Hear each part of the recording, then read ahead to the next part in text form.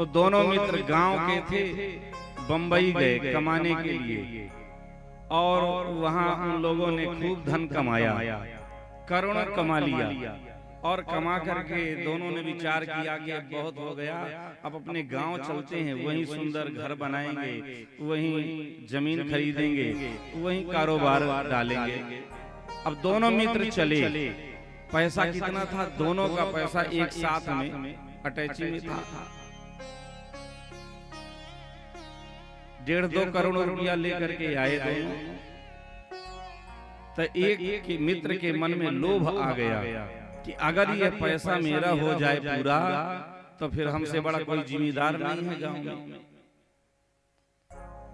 तो उसके मन में जब लोभ आया तो बस पाप तुरंत बैठ गया खोपड़ी में। अब उसके मन में यही सूझा कि कैसे ये पैसा मेरा हो। तो उसने अपने मित्र को चलती हुई ट्रेन से धक्का दे दिया। अब वह मित्र नष्ट हो गया। अब वो घर आया, घर में आते ही मकान बनवाया, जमीन खरीदा उसने, और दुकान आदि डाल दिए। बढ़िया व्यापार उसका हो गया। विवाह नहीं हो रहा था, बढ़िया सुंदर विवाह भी हो गया। अब विवाह होने के बाद 5 वर्ष हो गए, कोई पुत्र नहीं हुआ, संतानें नहीं भई। जैसे तैसे देवी देवता मनाते मनाते एक पुत्र हुआ।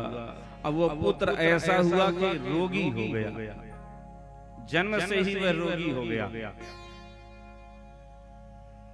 12 वर्ष का पुत्र हो गया और खड़ा नहीं हुआ, खटिए पर पड़ा रहा।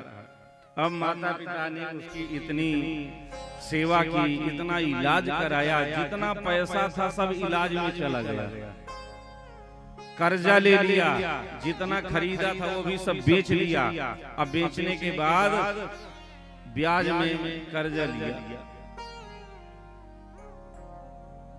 कहां तक कहें, जो घर था घर भी बिक गया। अब किराया से रहने लगा, किराए के घर में रहने लगा। फिर भी वो बालक ठीक नहीं हुआ। धीरे धीरे ये स्थिति हुई कि 500 रुपया जेब में थे, 500 रुपया कुछ नहीं था। दोनों बैठे थे फटे हाल में उसकी खटिया के पास, रो रहे थे।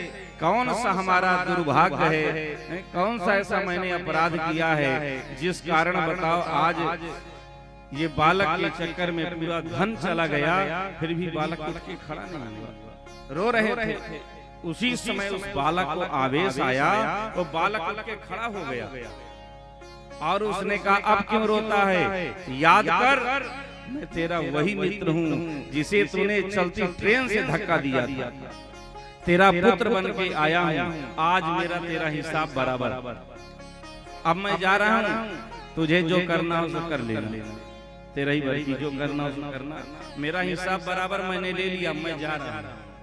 धड़ाम से गिरा, शांत हो गया। इसलिए इस प्रकार से किसी का चोरी या छल पूर्वक धन नहीं लेना चाहिए, और नहीं तो वही कोई न कोई रिश्तेदार बन करके आएगा और सब कुछ ले जाएगा।